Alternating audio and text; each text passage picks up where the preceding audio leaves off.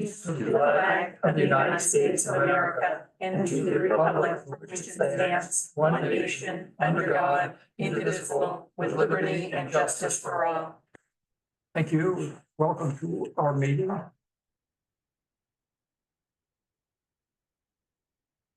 And the first thing on the agenda is a public hearing for the library ordinance.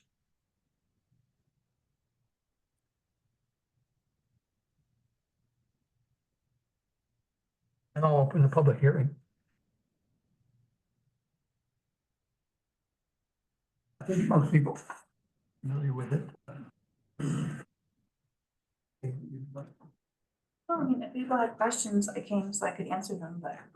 I have a question. Could you, just for the purpose of everyone and sort of giving it some context, could you give us an understanding of what this proposed library ordinance does that's different from our current ordinance? Okay, so we're modifying the original ordinance, which is almost 30 years old, to make the roles a little bit more clear and less. Right now, I am the supervisor. I'm the chair of the board, and I'm the supervisor for the library director.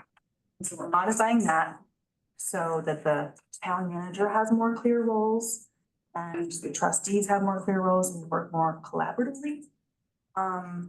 And we kept a lot of the things that we liked, which is mostly maintaining the board still has a voice and we represent the community. Take out. Figure out the treasurer because it didn't make sense back when the swapped and the authority because she oversaw the changing of it being a private library, a public library. There was a treasurer in place, which hasn't been in effect happening for years and years and years.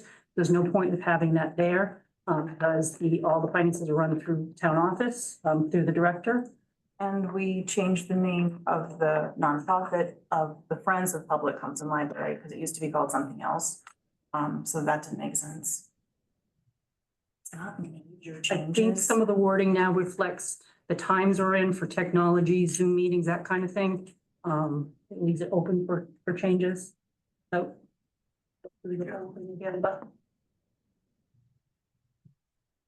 Can I make sure I understand the status quo in our current ordinance you're saying is the line of report currently is you as the supervisor, is the supervisor of the librarian. And what this new ordinance does is it shifts it to both you and the town manager. Am I saying that right? A little bit. So as of now, the town manager and the chair has to work together. They have to be in agreement on the hiring of the library director and the firing of the library director. And we would be changing that so that the trustees, I don't think, are involved in the firing because that's like town business. Okay. But we do want to be involved in the hiring of a new librarian because we think we'd have a lot of input that would be beneficial for the town. All right. And the supervision of daily operations. That's where the director is pretty, there's some input from the board or from the chair, but it's still pretty much the status quo of where the director is doing it. Or also reporting to the town manager.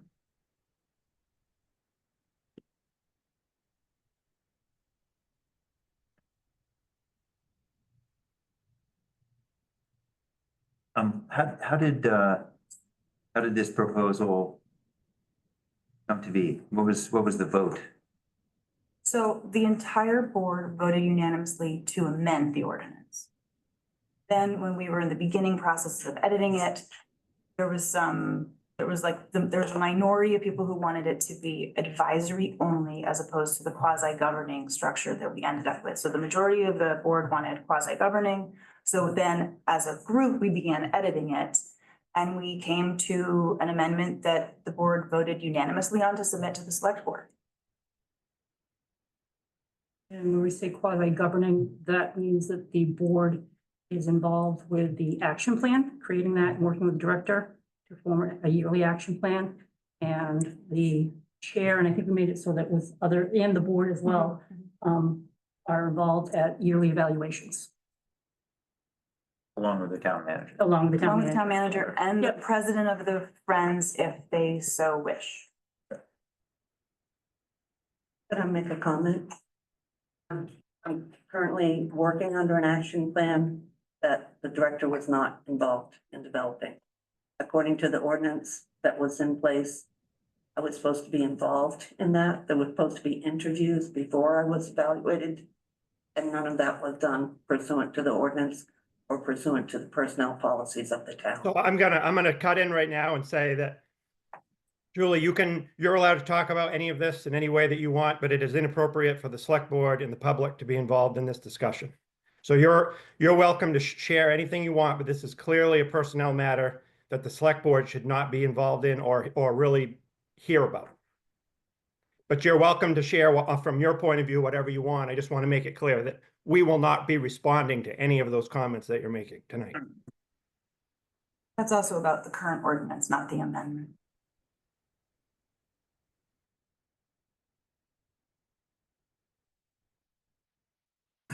Yes, Ginger. So my name is Ginger Jordan Hillier, and as somebody mentioned, I was the president of the board when we switched to the private, when we switched from private to a municipal structure. And I am very much in support of this unanimously supported amendments to that ordinance. I think many of them are common sense and housekeeping stuff and updating and just dealing with the realities of however many years later this is. So keep it sweet and simple. Thank you.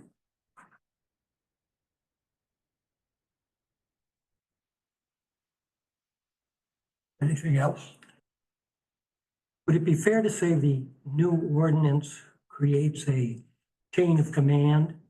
The library director subordinate to the trustees are subordinate to us through the town manager. Would that be a fair way of putting it? I feel like two of the trustees are appointed by the select board.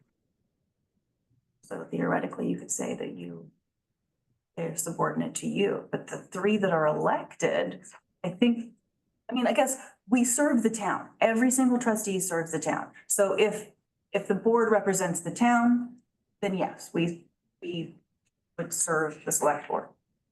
And so the trustees are no longer a privy council where the director can choose to ignore what you're recommending.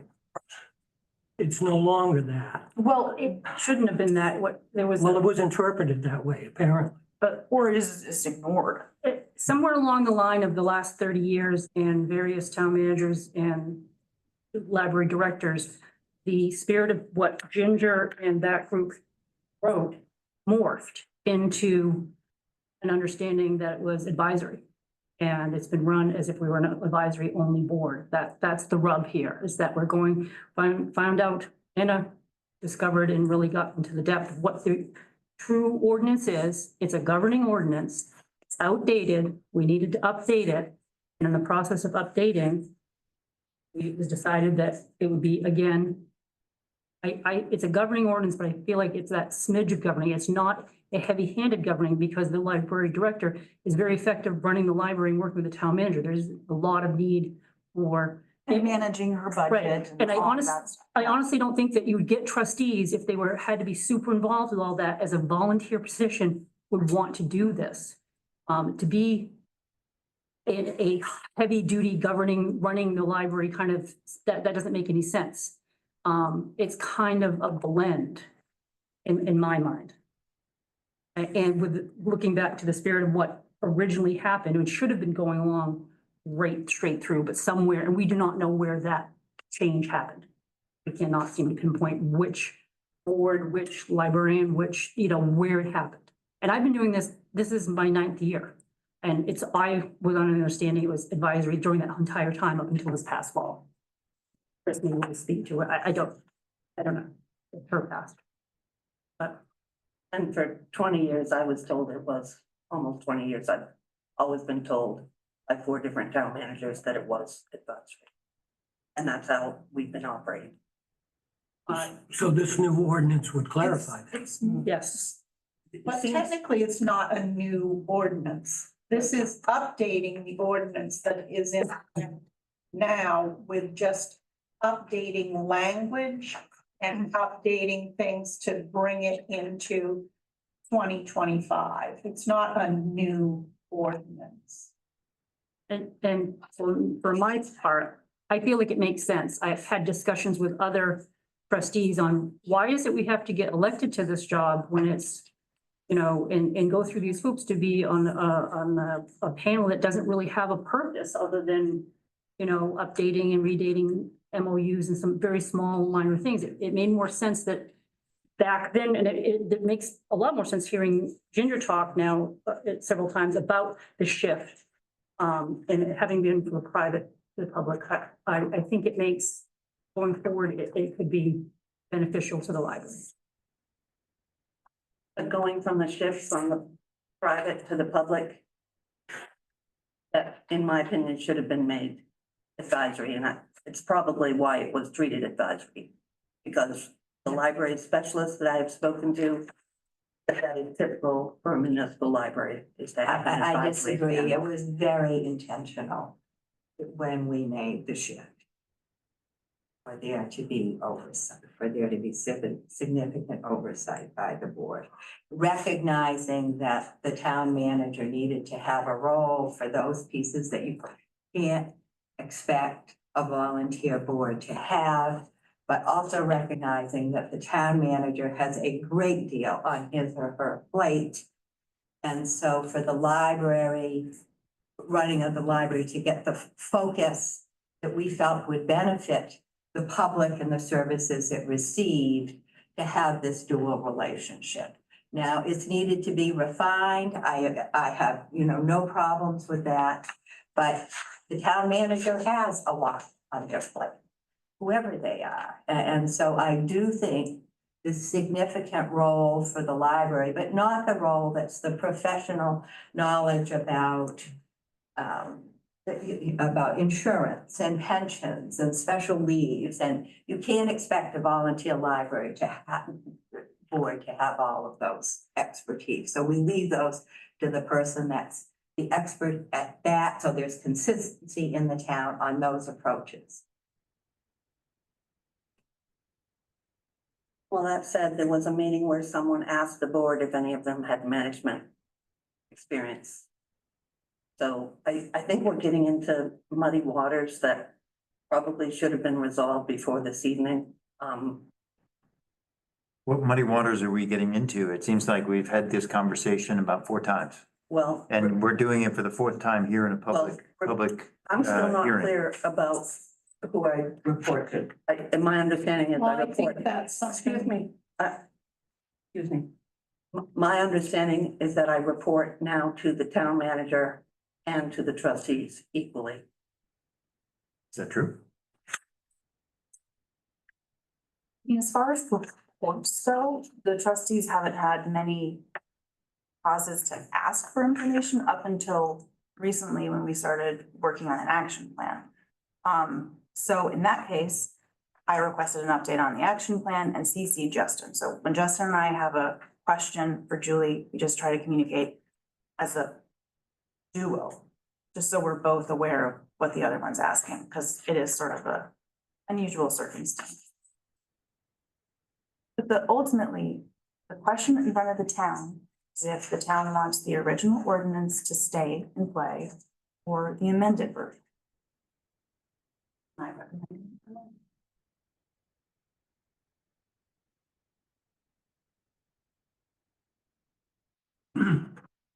It would be guided by the words of the ordinance. And they say, the Cumston Free Public Library trustees shall conduct the affairs of the library. They shall promote and support the purpose of the library. They shall have authority to adopt reasonable rules and regulations for the management of the library. Those have already been done in our place. Yep. So that's your role. Was there? I'm sorry. Those are the plain words of the proposed ordinance. I see. And here's the section I think that provides for me some legal clarity on exactly what is in black and white here. And that is section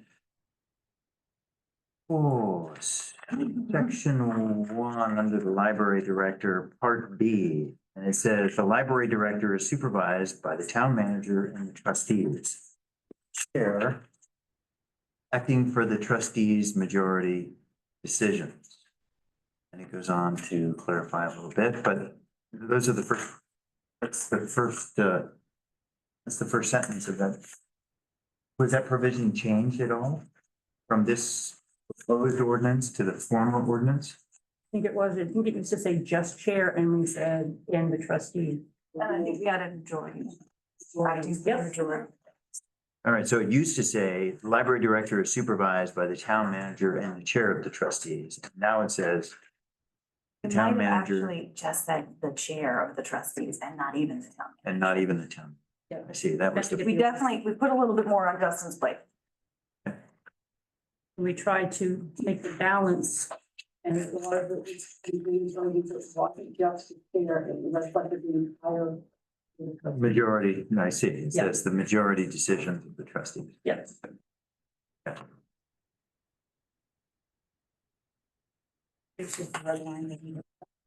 Yes. I'd like to ask a question. What did the town attorney, how did he feel about that? It's a Justin question. So the town attorney has reviewed that document and he was generally okay with it. He made some what I would call legalese. He changed some words that didn't have any impact on their meaning other than to just make them more legally compliant in his mind. Other than that, he didn't have a ton of feedback about it. He didn't have any problems with the way that it's currently worded, understanding that what the previous ordinance said to what it says now. So he didn't have any real concerns. Is that fair, Anna? You saw his response as well. Yeah. So if there's a new director, and I think she's being coerced to get out personally, but if there's a new director, they're gonna have all these bosses. How long do you think people are gonna put up with that? I mean, how many bosses do you want? I think that's gonna be a problem. I think in the real world, when you're hired by a company, you have multiple bosses. You have your direct boss. Then you have who your boss reports to. And in my mind, you answer to all of those people in that line. They might be your direct supervisor. They might be the vice president of the company and then all the way up to the president of the company. So if the president of the company came to me and said, I need you to do this for me today, am I going to take orders from him or say, oh, my supervisor tells me I can't? No, you report basically, you can report to multiple people within the same company. So I think we're getting off in the weeds about something that happens all the time in the real world. And let me add to that, as somebody who worked in the Commissioner's Office of Natural Resource Departments, there was always the commissioner, and then there was your boss on paper, and then there was the chairman of the Oversight Committee in the legislature. And, you know, and that's, I mean, that is the real world. You know, the option is to put her totally over, to put not her, the position totally over to the town manager. And because it is not appropriate for it to totally go over to a volunteer board, I don't think. Not when it's an unpaid volunteer. But Ginger, there isn't an option that, right now, the two options in front of the town. Right. There isn't Right, like I understand, I understand where you're coming from. But if you do that, what is the reality with how much with how much the town manager has on their plate versus the monthly meetings and the other stuff that your board has? So maybe there was a misunderstanding for years. I can't tell you why that occurred. I know when I ran for something as minor, I didn't run, but when I was appointed to something as minor as the conservation, the comprehensive plan, the oath of office I had to take was like going into the military. So I mean, if I had been doing this again, like Anna, I would have looked at this and said, we are doing this, we aren't doing this, we should be doing this. I took this oath of office to obey what this document says. We got to figure this out. And I think that's what happened is you had somebody that came on the board that was used to thinking like that and reading documents and said, this is what it says, this is what we need to do, and if it's not working, we need to change it. And so they went ahead and did that.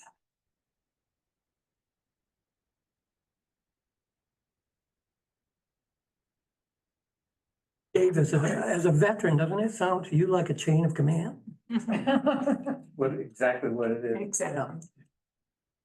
You, This may or may not be a relevant question, but whenever we discuss anything with Compton Hall, be it the hall itself or the library, which was Compton Hall's very first tenant, when it started out in 1900, does the trust document make any mention that would affect any of the discussion you made?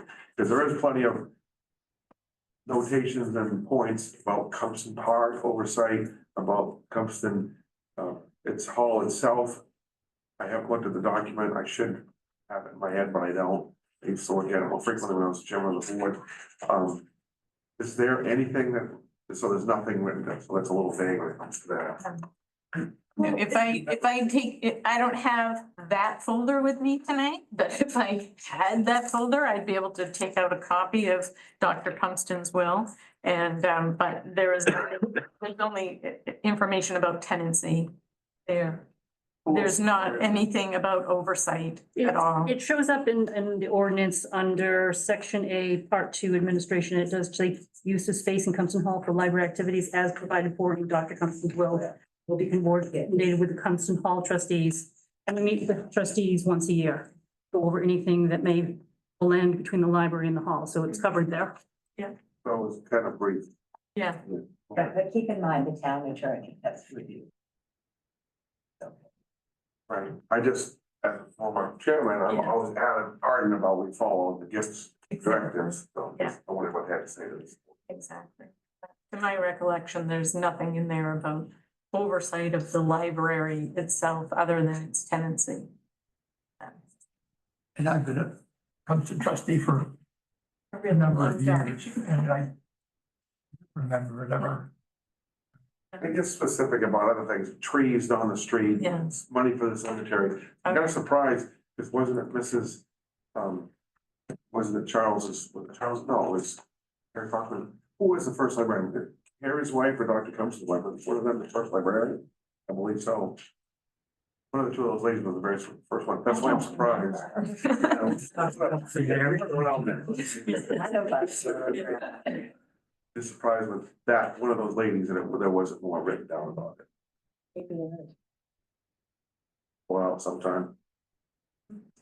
Well, I mean, A bunch of records. I look at that pretty frequently because we meet and and Doug doesn't remember anything in there.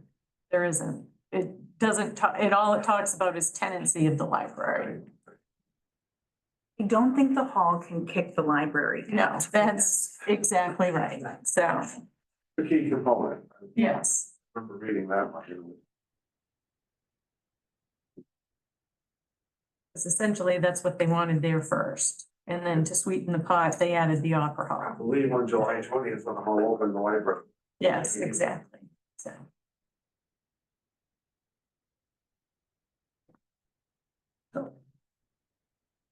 Is there more to? This is just a public hearing. You're gonna, everybody will be voting on it in June. So, I make a motion, we close the public hearing, Mr. Chair. Second that. and all those in favor? Thank you. Next is another public hearing on the ATV, UTV off cart public ways. So I see Dana's on here. I'm not sure if you're here in the chief's stead or not. If not, I don't know whether Kent wants me. The chief has been under the weather for this week, right, Donna? Yes. Yeah, so I'm not surprised that he's not here. He's not feeling well. So I don't know, Kent, do you want to kind of Justin, kick you this go- off? uh, sure, but feel free to jump in and correct me if something needs some clarity. Sure, Sure. absolutely. I'm happy to. I just didn't know if you wanted to kind of talk about where it was coming from and Sure. that kind of stuff first. Sure. Well, I'm on the Trails Committee, and although this is not actually and they made me promise I would say this. This is not actually a proposal from the Trails Committee. No, actually, they wanted wanted me to make this clear that because this involves public ways, they didn't feel as though it was necessarily their purview to weigh in one way or another. But it has been an issue that has been discussed at various select board meetings over the course of the last 8 or 9 months. And it has come to our attention that if we were to want to grow the ATV trail system, for which we have 0 trails in the town of Monmouth, that it would behoove us to offer a very basic, simple backbone network of possibilities. And state law allows the use of public ways if the select board or municipal governing body decided to support this. State law allows the use of public ways and allows the select board to set some policy parameters. And that is what we're looking at here. This is not an ordinance, actually. It's a policy. And so it's a policy set by the select board. And there's good news and there's bad news about that. This policy can easily be modified because it would be owned by the select board, as opposed to having to go to the voters to ask permission to make changes. So as a policy, we can make changes. And during this process of trying this change of the rules out, we thought it was good to leave it as a policy. The police chief, the town manager, the public works director and I met, and we talked about different things. We talked that, okay, let's try this for a year, see how it goes. And if at some point we're feeling like it's gonna work, and maybe we turn it into an ordinance that's approved by the voters, we take it off the plate of the select board. But there's some features about the policy nature here that are actually a big advantage for us as town. And can I, so the public has to vote on at June, in June, My understanding through the town manager, that is not the case. The public It is does not not the need to, case. the public does not need to vote on this. No, on But we are DOT having a rules, public they, hearing. I'm sorry, go Yeah. ahead. Go ahead, under Justin. DOT rules, that is set in law that the municipal officials can make choices about what to do on public ways. Not So speed is- limits, but So it's Their- really but their an use. ordinance or a policy? That's why I said it's a policy. So we're gonna take the little red line here and draw a single line through the word ordinance. Change it to policy. So the it's first. not an action item on the board's plate tonight. It's an opportunity to put it in front of the public to get feedback before we were to finalize anything is essentially Yeah. what we're doing here. Yep. So we're not gonna vote on this tonight. We're simply having a conversation and a public hearing about it. And the term ordinance is actually incorrect. It should be policy. Everywhere, policy, ordinance appears, it should read policy. That is correct. And that reflects some of the flexibility that's built into this policy, because the flexibility is, someone says, oh, there's a dangerous condition at this intersection. Can you change the path that's okay for ATVs and UTVs to somewhere else? And with a simple vote of the select board, we can do that. Or if someone comes in and says, hey, I've got 46 acres that I'd like to offer to the ATV club. Could you give the ATV club a path to my property down a public way? And then with a simple vote of the select board, we could do that. Right? That's kind of the advantage of a policy rather than an ordinance. It's not locked for a town meeting.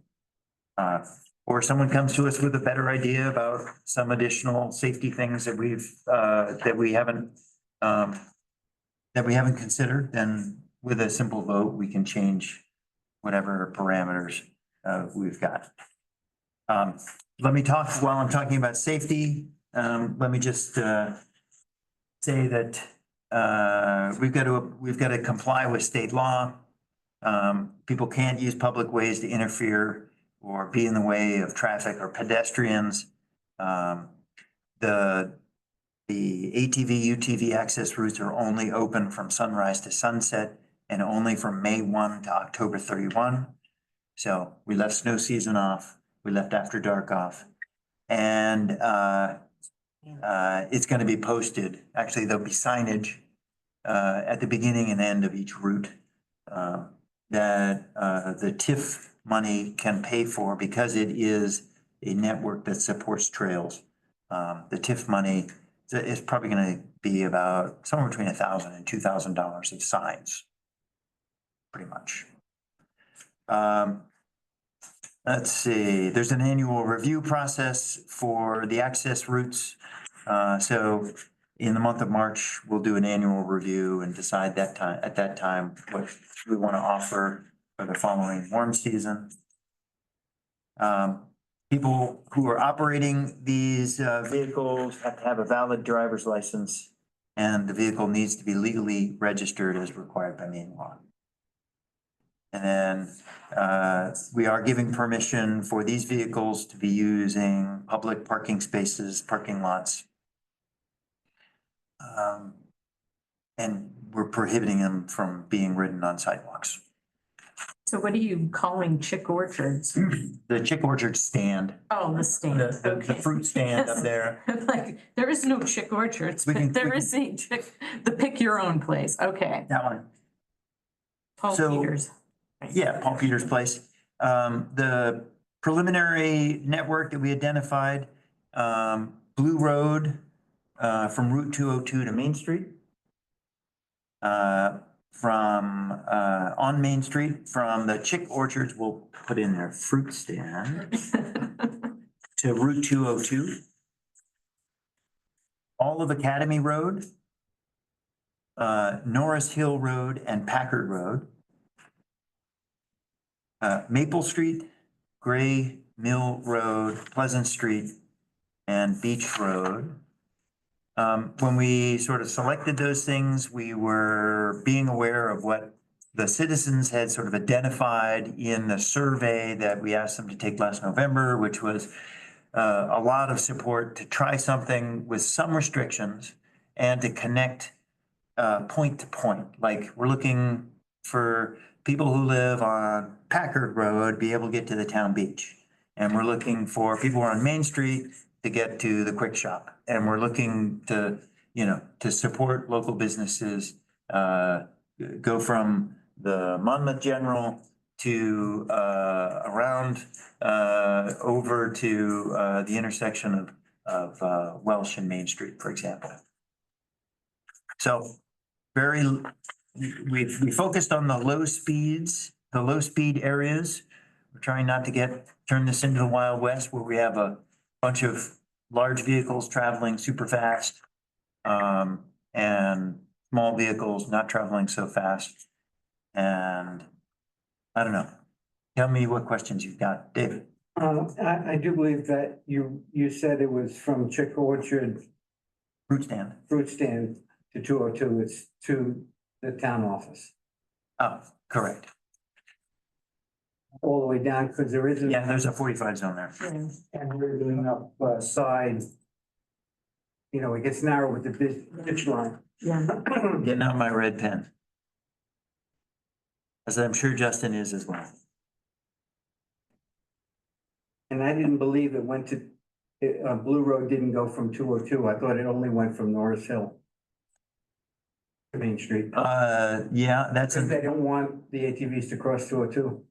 there's no provision for crossing 202 in our preliminary plan. All the way to the end of Blue. That was something we added in at the behest of, the Public Works Director. I didn't see that change. Yeah, you didn't. And it was also the thinking like, this is a preliminary thing. We want to get people used to it, get familiar with it. Drivers need to be aware where there might be ATVs and UTVs. Yeah. But it may not be the last bite at the apple. Gotcha. And I just so saw that, it's a and policy. I knew that. Yes, Ginger. So, Welch Avenue is not on here, and I guess I'm glad that it isn't, and I will tell you why. Welch Avenue is a relatively narrow road. There are a huge amount, there are so many people that walk on that road. And there's no sidewalk. And so I think I could see it being a problem on Welch Avenue. And I'm glad to see that some of the other places are where there are sidewalks. So that it's, you know, pedestrians will be fine. So Welch Avenue would be posted then as no ATV at either end. It would simply not have an ATV sign on it. Wouldn't have an access sign, that's what I correct. mean. Okay. Yeah. And also, I would assume that Maple Street access would terminate at Gray Mill Road, so That's it would correct. only come to that corner. That's correct. Because you have the Because sidewalk. in the real world, Maple Street ends at Welch Avenue, but anyway. I can, So we that's can, why, we can put that Yeah. down. That's not bad. And that Yes. piece Where it changes. where the bottom of Maple Street that heads to Welch Avenue. I mean, part of that is our property with a long, you know, lawn there, and I wouldn't want people riding on the grass. We want them clearly in the road. But it sounds like it doesn't include that. Julie. I just want to clarify something. I may not be understanding correctly, but I was reading online that as of January 1st of 26, the state is going to be allowing ATVs that are registered and insured on public ways under 50-mile-an-hour postings. And I just wondered how this would be jived with that. I'm not familiar with That's that. the legislature. Oh, I thought it had. No. I'm sure that's perennially proposed It by some avid ATVers, but it has not gone through at a committee. Okay, well, it had said as of January 26th, but it's not out of committee. right, so it's Well, not how- actually, it's a bill. It's an How do you idea. anticipate that working with the state law? Well, we'll, Cross that bridge when you come to it, so to speak? yeah. You can. Great idea. currently get an ATV registered and insured and drive on current roads, on roads that are posted under 35, currently with low speed plates that you can get from the DMV. But the ATVs have to have horn, lights, blinkers, windshield wipers. Brake lights, the whole. Yeah, for a car. The problem with it is you have to also pay excise tax. Well, thank you for that. So- I did wonder that the first hearing I had about this, that it also included utility vehicles and golf carts. Is that? So we also- looked into the legality of golf carts. Golf carts are not yet legal to be operated on a public way in Maine specifically. Well, So, there's one that travels up and down Main Street regularly. well, you need to call the police chief on that one. Well, especially the day that they took that beach corner road pretty sharp and all their cars fell out. Oh, they had beer. Did they spill it? It's. I could have ridden by and grabbed one. I'm just wanting to clarify. Thank you. So, I mean, again, all of these issues are really helpful and a good example of why this is a policy and not an ordinance. Because it's easy for us to simply make adjustments when things change by, you know, I don't think we're gonna be on a hair trigger here, but if we have a public hearing like this, and we don't hear a whole lot of, disruption, then I would think that after a public hearing, we could make a change. Based on the select board. And it would be licensed drivers only. Good. That's a And I think license. speaking from the ATV snowmobile club, ATV club, we can't make trails, even consider making trails unless we have a policy like this, because we can't get contiguous. So we have to get onto a road to go off-road. So no matter what we do, we've been stuck ever since we went ATV club. Yeah. We can't get enough contiguous connections to make trails. There's that, and then there's also the thought that, as our population gets older, a lot of times people are mobility impaired and want to be able to still be outdoors and Get to the post outside, office, get to the. do their local errands. And this is just a way of being able to do that when the weather's nice. Good example, because Doug's own brother-in-law, then if we're at the fruit stand. There's a reason we chose a fruit stand there. When he be able to ride his UTV down to the post office. Would that be so? I don't know. I'm not exactly sure how that termination point was determined, but that might have been one of the deciding factors. Sounds pretty good to me, though. So, there are gonna be a lot of things like that where people will come up with a suggestion and they just need to come forward. And we can, within a meeting or two, make a change. Are you aware of any other towns that have this policy? Oh, yeah. It's much more common up north. Any around here? No, I don't think we have any that I'm aware of locally. We'll be first among our neighbors. I think Turner. Oh, Turner? Okay. Ramsey does. It's less common, but. Yeah.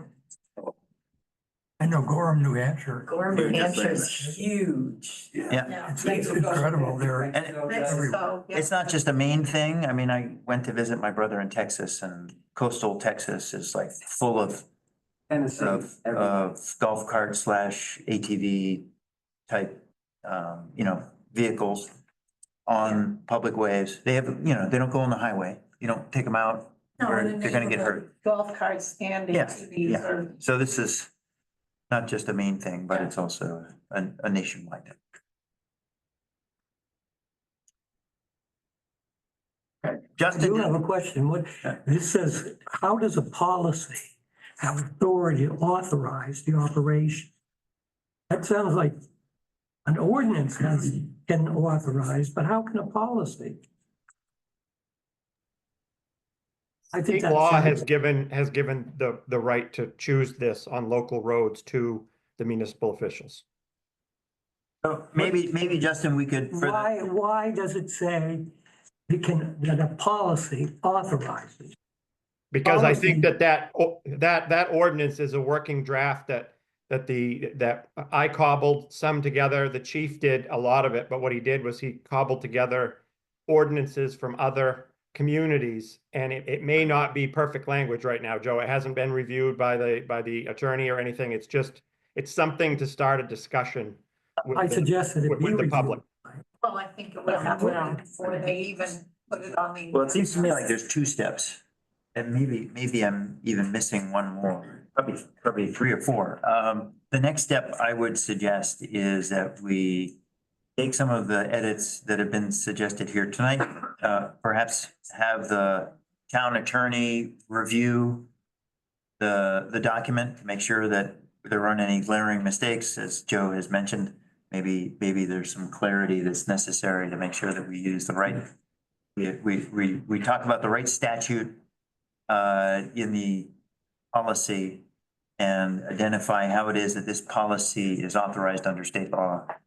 And I do know that we need to make a request to DOT to use state administered roads. Justin, would that be something you could do? To write a request for the state administered roads? That's required under law, Yes, correct? the commissioner of DOT has to approve that request. So yes. Right. If All right. I I wouldn't want to make that request until the board authorized the project, because I don't know what I would be asking him to do at this point, because we don't have any approved policy. If you approve a policy, I will certainly send it. We can make a pending policy, if you will, like you could approve Pending you could DOT approve your approval. plan, and then I could say that the municipal officials in Monmouth are requesting these roads to be used. Does that make sense? Yeah, it does. Okay. I would suggest though that, you know, it was the goal of our implementation committee to have this ready to go by the second week of June, just so that once the summer season kicks off and, you know, kids are out of school and people are in summer mode, that we have stuff implemented. So if there's going to be a delay in getting the commissioner of DOT to sign off on something, then I would suggest that maybe our next meeting, we actually take a vote on a policy, a pending policy or a preliminary policy, and then we send that letter off, you know, as soon as possible following that vote. Okay, Also with that, with the commissioner of DOT, I think you have to put a request in and or ask for the verbiage of the access signs, because I do believe that the word access is only from trailhead to trailhead, and you're using the road as an access between the two. If this is just the primary with no trailhead and no trailhead, it might not be the word access. It might be riding or another word that DOT wants you to use. So you might want to check on that. So the signs are right. Yep. Because I know access is trailhead to trailhead. It says that right in the book. I don't know what it is. Dead ends, you know, when they dead end all the time. We see the dead end signs all the time, but it says dead end of trail, might not say dead end of access trail. So we'll have Tony do some research on that. Tony assured me that it would only take about a week or two to get the signs in from the point at which we determine exactly what the network is and how many signs we need, and we don't want to spend more money than we need to. And that would be the final step of our implementation plan, would be putting the signs up at the beginning and end of each segment of the network. Yep. so where it says ATV, UTV, access routes, should it say just plain routes?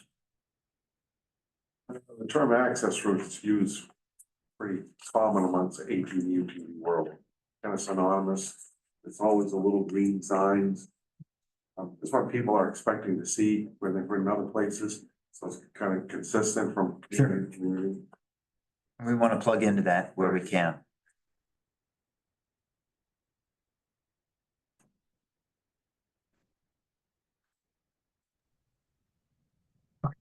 All set? Question? On to, Oh, do we need to close the public hearing? yes. I make a motion we close the public hearing for both the library ordinance and the ATV, UTV policy. Second. So there's a motion by Ken, second by Joe to close the public hearing on the library ordinance and the golf cart usage on golf cart, ATV, UTV. the Side by UTV, each. ATV. All those in favor? I don't think we have the minutes. I haven't seen the minutes. I got them kind of late, and I think you're right. I don't think I forwarded them to you. So we'll do them at your next meeting. Okay. And then, Jessica's been getting busy with ramping up for the election, so I give her slack on that, getting the absentee ballots ready and all that stuff for the June election, so don't hold it against her. No. Or me. The ballots available now? Yes. Yes, they are. They were as of last week, I believe. Or earlier, it might have been Monday, or it was late last week. I can't remember the exact date, but it was posted, so they are available now. So you can request them obviously by calling the office or and we can mail them to you, or you can come in and vote absentee. Is the department head, did you wanna? Give it- Yeah, sure, the library's still open, I'll get back there. I'll just be quick, Mayfair is this Saturday, 9 to 1, rain or shine. There'll be plants, food, bake sale, burgers, lobster rolls, that sort of thing. Lots of kids' activities, local vendors, a book sale. Told there'll be a new item, a compost drive-through, so you can get compost from Snafu Acres and other activities as well. The library is undergoing a kind of a low-key makeover. We're reorganizing and removing the carols. I've mentioned that before in this venue. The purpose is to create a new conversation area, and I've already purchased the furniture. So it's just a matter of getting the corrals out of there. And maybe getting a rug to tie the whole thing together, right? We're working on the Library of Things, increasing that. We have now lots of craft kits for kids and adults. Quilling, pom-pom making, some other, currently popular crafts, knitting, crocheting, that sort of thing. We'll have 2 ukuleles. One is already borrowable. We're working on finding the next case of the second one. Decorative baking pans, cookie sheets, that sort of thing. Puzzles and games, portable cornhole, and lots more. We're also in process now of developing the annual summer reading program. We have some authors coming to speak to the kids and hopefully some music for our story time and some other stuff for older kids as well. And basically the theme is based on stories and storytelling. So should be fun and it's always has a lot of kids participate, so. Thank you. Anybody, what's that? Thank you. Yeah, you're welcome. I will see. Justin? Do you have anything for the report? I don't think so, unless you have any questions for me. We're, I know I've been saying this for, 2 months, but, Casey assures me that they're just about done with the audit. I bother him every 2 weeks and I get the same answer, so I don't want to call him a liar, but I am following up as best I can, but I can't make him do anything, so, I just wanted to pass that along. We have, I'm trying to think. I don't think I have anything unless you have any questions, really. That is, anything interesting anyway. Unless I'm totally blanking on something at the moment, but. I have one. Any update on the Center Beach, Town Beach? So Or we, summer program or applicants So for the we've been- job? Or- yeah, sure. So we have been conducting interviews for the past week for the recreation director position that you guys are attempting to create in the budget this year. We were pleasantly surprised with the quality of applicants, but we don't have a decision on that yet. The intention is to have lifeguards down there this summer, but we were hoping that we could get somebody on board so they could kind of hire their own staff since they would be responsible for that. Other than that, I can't say too much about the hiring process because we haven't completed it yet. Great, thank you. You're very welcome. Justin, just for clarity and timing of that decision-making process, we've got to wait to get the voters to approve the budget first before we can move forward. Is that an accurate thing? Before we can offer somebody a position, we've got to make sure that we've got the budget. Is it? Well, every position the town has is basically always subject to its budget getting approved. So there is adequate funding in the recreation budget to do what you have asked me to do. So I am moving forward as though that position will be there. If the voters decide this year that they're going to vote down the recreation budget, then that's how it goes. For the applicant that we just offered a position to? That's correct. Ouch.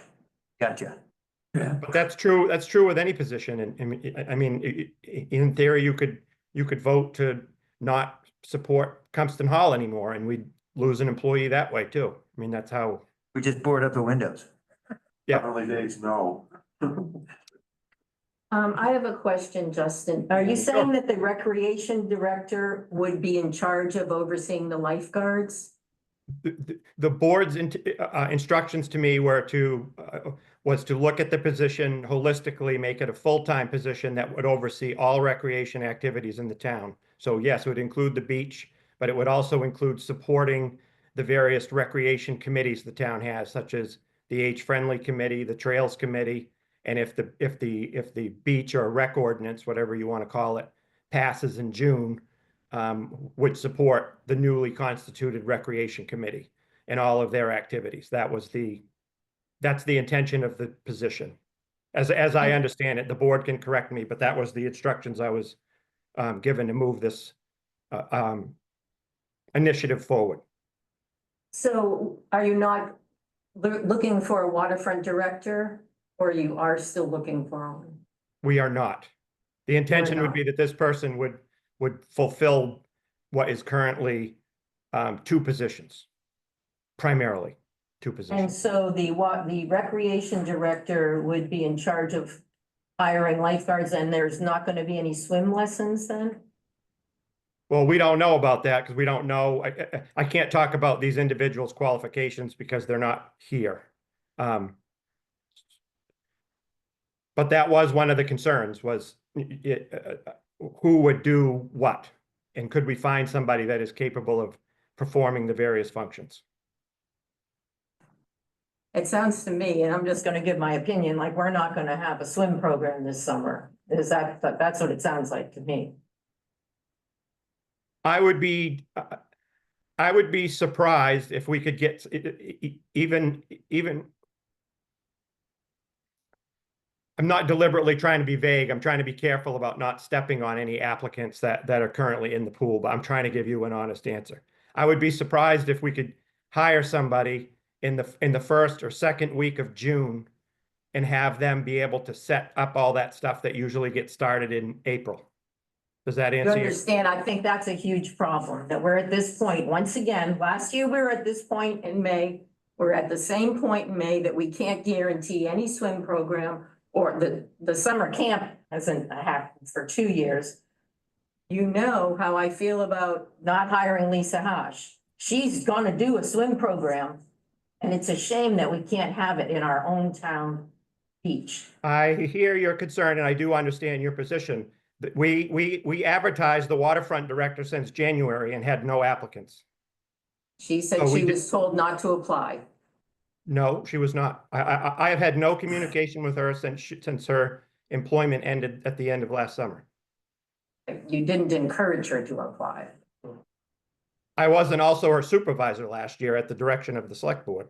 So I really had nothing to do with the beach program at all last summer. Just think it's a huge loss to this town to not, well, I've lived here 45 years. We've had a swim program for 45 years. And Lisa's done it for 25 years. And you know that I did that survey last year and 342 people said they respected Lisa and the job she did and they trust her. And I don't know why she can't run that program. Terrible. The beach is one of our best assets in this town. It's a beautiful beach. And I mean, if you don't have lifeguards down there, I don't even know what we're gonna do. I don't know what good this ordinance would be if we don't have any employees down there checking the passes or whatever they're supposed to be doing. It's terrible. I mean, I know Lisa would be willing. She's got her own business now. She's gonna do the lessons down at North Monmouth. That's fabulous. But it should be in our own town beach that has the playground, the bathrooms, the picnic tables. She had 5 months to apply and she did not. For whatever those reasons are, I don't know, but the job was open and posted and publicly available for anybody to apply, including her, and she did not.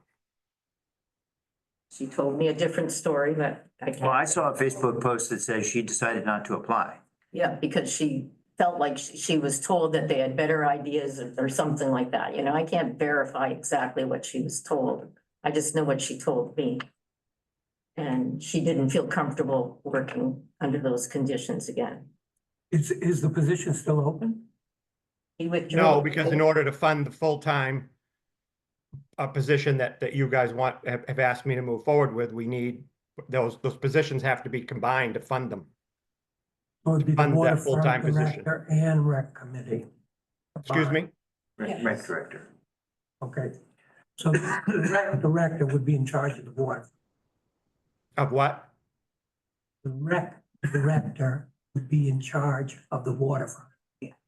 Yes, that would be one of their functions, yes.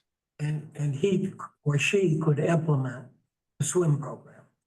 Yes, Maybe it runs just July and August, depending upon when that person gets hired. I mean, years ago when I taught swimming lessons down there, it ran in July and August, and we did 8-week programs, and we did 2 4-week programs. So, I mean, it's not out of the question that there won't be a plan there based on, you know, what Justin's saying in terms of hiring people. It could be possible that they run a July and August plan, because that's when school's out and the height of summer, I would say. Run, you know, 7 or 8 week programs then. It's very difficult to find certified lifeguards. That's one of the Oh. major problems. And Lisa she's certified to certify. She used to certify them. She used to recruit them and certify them, train them. I mean, I guess that'd be wonderful if you could hire a rec director that's capable of certifying lifeguards, recruiting lifeguards, and getting that all organized by July. That'd be very nice. So, Justin, you can't say anything about that further, about when there'll be somebody who will be taking the position?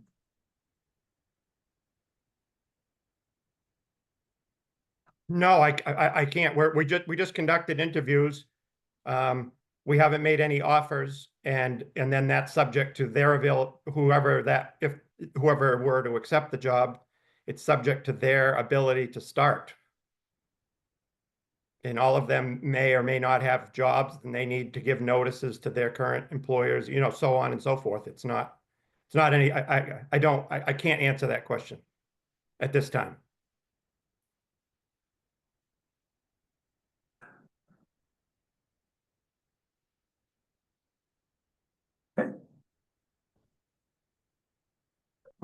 Next is select board reports.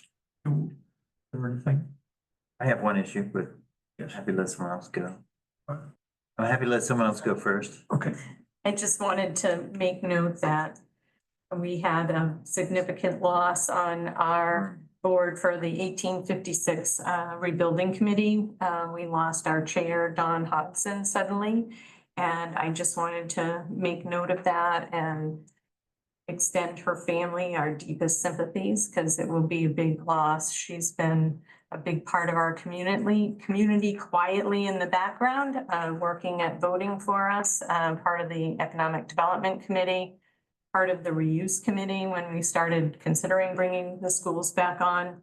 And on our committee, she's worked diligently and been a great asset, and she will be profoundly missed. It was a pleasure to have her husband and son at the event on Thursday, and they were very appreciative to be there and be asked specifically to come, and they were just, it was a honor to have them there on her behalf. Yeah. I have one item. I was contacted by Mikey Gray, who had some questions around the article for the old academy building. And he pointed out that there was a minor grammatical error in the Monmouth Messenger. And he wanted to come to speak at the meeting tonight, but was unable to make it, so he asked me to say a few words about it. The Monmouth Monitor, there was a statement that referred to an article, singular, an article for insurance and utilities about the Academy building. What should have been stated would be 2 articles about insurance and utilities for the Monmouth Academy building, because there is one article that covers insurance, which covers all the insurances that we have in town, and that's the administration article in the upcoming vote. And then there's the other article, which covers the utilities for the old Academy building. So it's gonna be 2 separate articles. If folks want to pay attention to that and express their support or displeasure with either of those, you'll need to vote twice. The administration article contains the insurance costs of, along with all the other insurances that the town carries through Maine Municipal.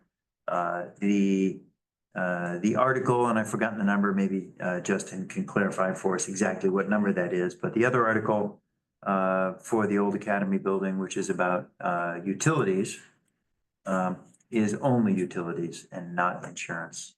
And I want to thank Mikey Gray for his keen eye and pointing out the discrepancy.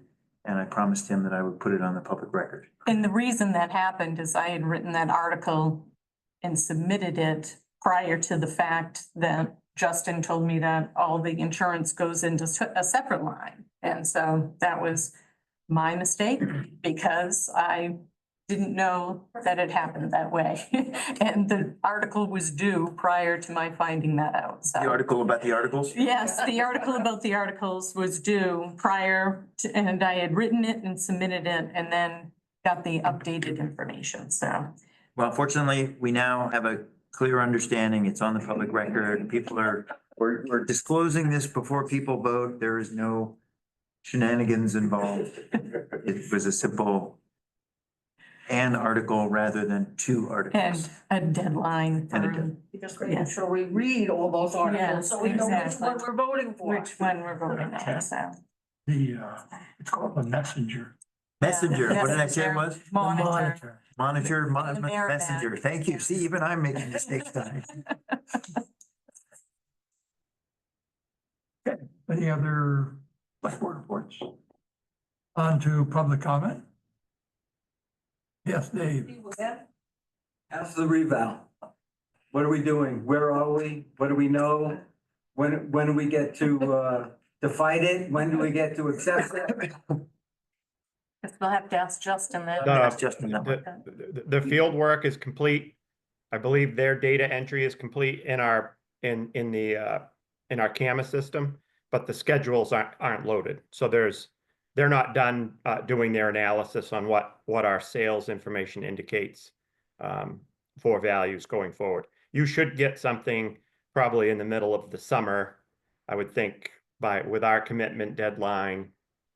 I'm thinking it ideally it should be like mid-June.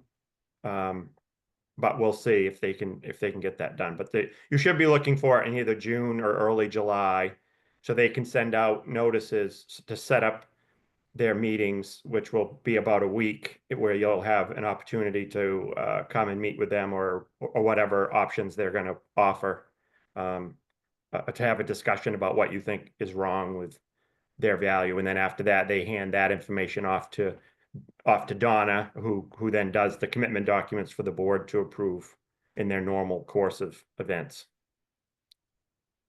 So we might not get access to the commissioners before October.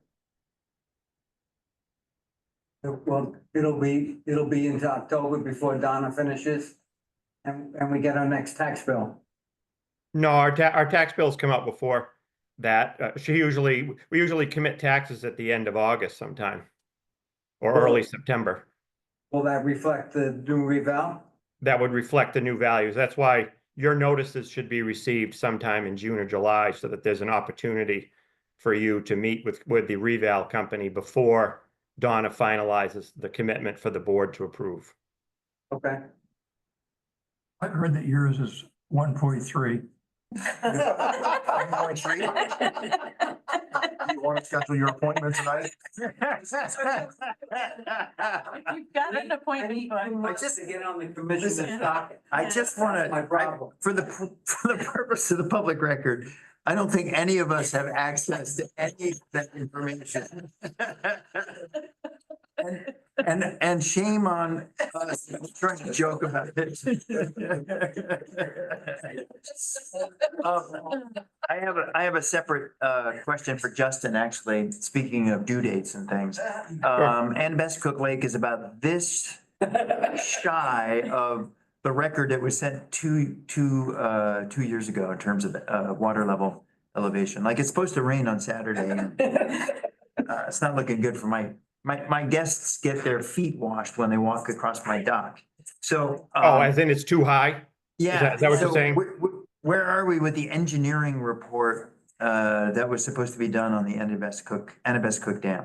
It's been held up by one of the, I'm sorry, I always forget the name of these, of the people that study water levels. You know what Wendy is? Hydrologist, limnologist. Yeah. Wendy Dennis.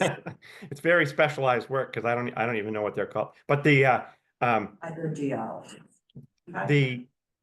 the engineering company that's doing the work for us has been delayed by being able to receive reports from the subcontractor they hired to do some of the analysis on the water levels. So they are behind schedule. And I've had conversations with them several times over the last month or so about how they're going to get that back on track. And they really don't know how to, they're having a hard time getting results out of this particular subcontractor, and there really aren't very many to find. So they're kind of caught in this, you know, like everybody is, there's limited expertise around here to get some of this work done. But they are aware that they are behind schedule. They are very aware that their funding is contingent on completing this project because it's a community resilience grant, as you all know, and it has to be done by a timeline or we can't pay them. So they're aware, they're thinking they can get it done, but Ken, I don't have a date for you. Okay. Well, you might also, you might also make the engineering company aware that, you know, if we're looking to do something with the report, then we would be hiring an engineering company at some point in the future. And we would probably be hiring the ones that are like keeping their promises. I understand. They did good work for us though down at Cocknoag, and that's why we brought them on for this project. And I don't think it's really their fault, but I do hear what you're saying. Yeah. Recently talked to Wendy. Actually, before last weekend, when we had a lot of rain. All the lakes are, oh yeah. Yes. Well, yesterday, the Wagon Road was closed. It's just that there's a lot. Yes, I know it. Oh, yeah, this is a repeat of Is that the summer open we now? had 2 Is years. that reopened? No. It's still closed. Yeah. Oh, no, I understand it's at flood stage, but the trouble specifically for the Annabessacook Dam is that with Cobussy, you've got 3 ginormous floodgates that you can open to quickly lower the lake. If you had a huge, 5-inch rain event, that would be a problem. And the same would be for Maranacook, same as for Wilson and Cocknowagan, that those lakes have the means for sort of pulling the plug. Annabessacook, not so much. And the last time we had a 5-inch rain event, the lake level went up 24 inches in 2 days. but you can't pull the plug on Cocknoagan or Wilson Berry Dexter because there's Annabessacook you gotta worry about. Well, but they do. I mean, it kind of gives, they try not to. And there, to some degree, you can do a little bit, like store the water in certain places and then let it flow in a more controlled way. And to some degree, we're asking the Cobussy watershed to play God, like to make the decision, whose house is gonna get flooded. Is it gonna be Dan Royce, who lives on Annabessacook? Or is it gonna be someone who lives on Cocknoag? Right now, there is no decision. It's Annabessacook because there's no way to let the water out. fast as you want. As fast as, well, yeah, to essentially But go. might, into but emergency might mode. I say, as Havasu Watershed District, to the best of my knowledge, is the only sub-basin management district in the state. Yep.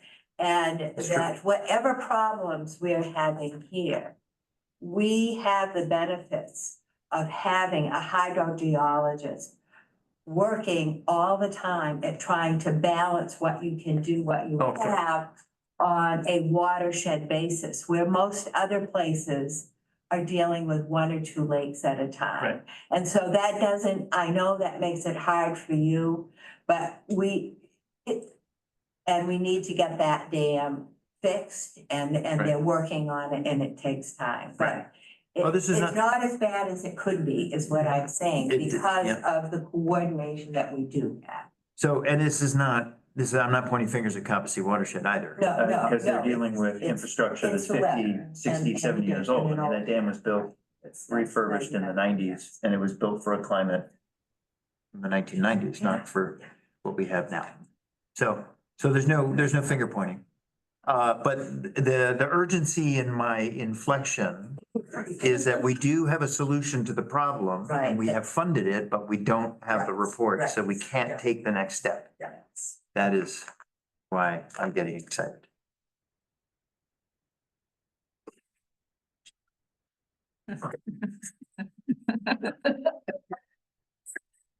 So flipping dot. On to, the warrant. No, public comment. Still. Uh, If we We're have. still in public comment. Oh, we're done public comment. Oh, never mind, I'm sorry, I'm out of practice. We had a month off. So, next is the warrant number 19. Okay. And, I don't know. Justin, have a do you copy. have it? Oh, yeah, I have it. I have all the Go, information. in go front of me. for it, Justin. Yeah, okay. Blue Rock Earthworks, $2,772. Materials transport. Central Maine Power, $4,191. Scrolling here. Diol Thurot Inc., nope, that's not it. Sorry, Dennis K. Burke, 1,610 for gasoline. Fabian Oil is $2,166. Number two, heating oil and propane for various town buildings. Let's see. Harris Computer Systems, this is the main computer system that we use in the town office for everything. It's $21,916. That's the annual licensing fee. Maine Equalization Consultants, that's our assessing agent. Monmouth Museum, this is a facade grant reimbursement for $3,750. New England Salt Company, $2,726. RSU number 2, $549,308. State of Maine Bureau of Motor Vehicles, $7,042.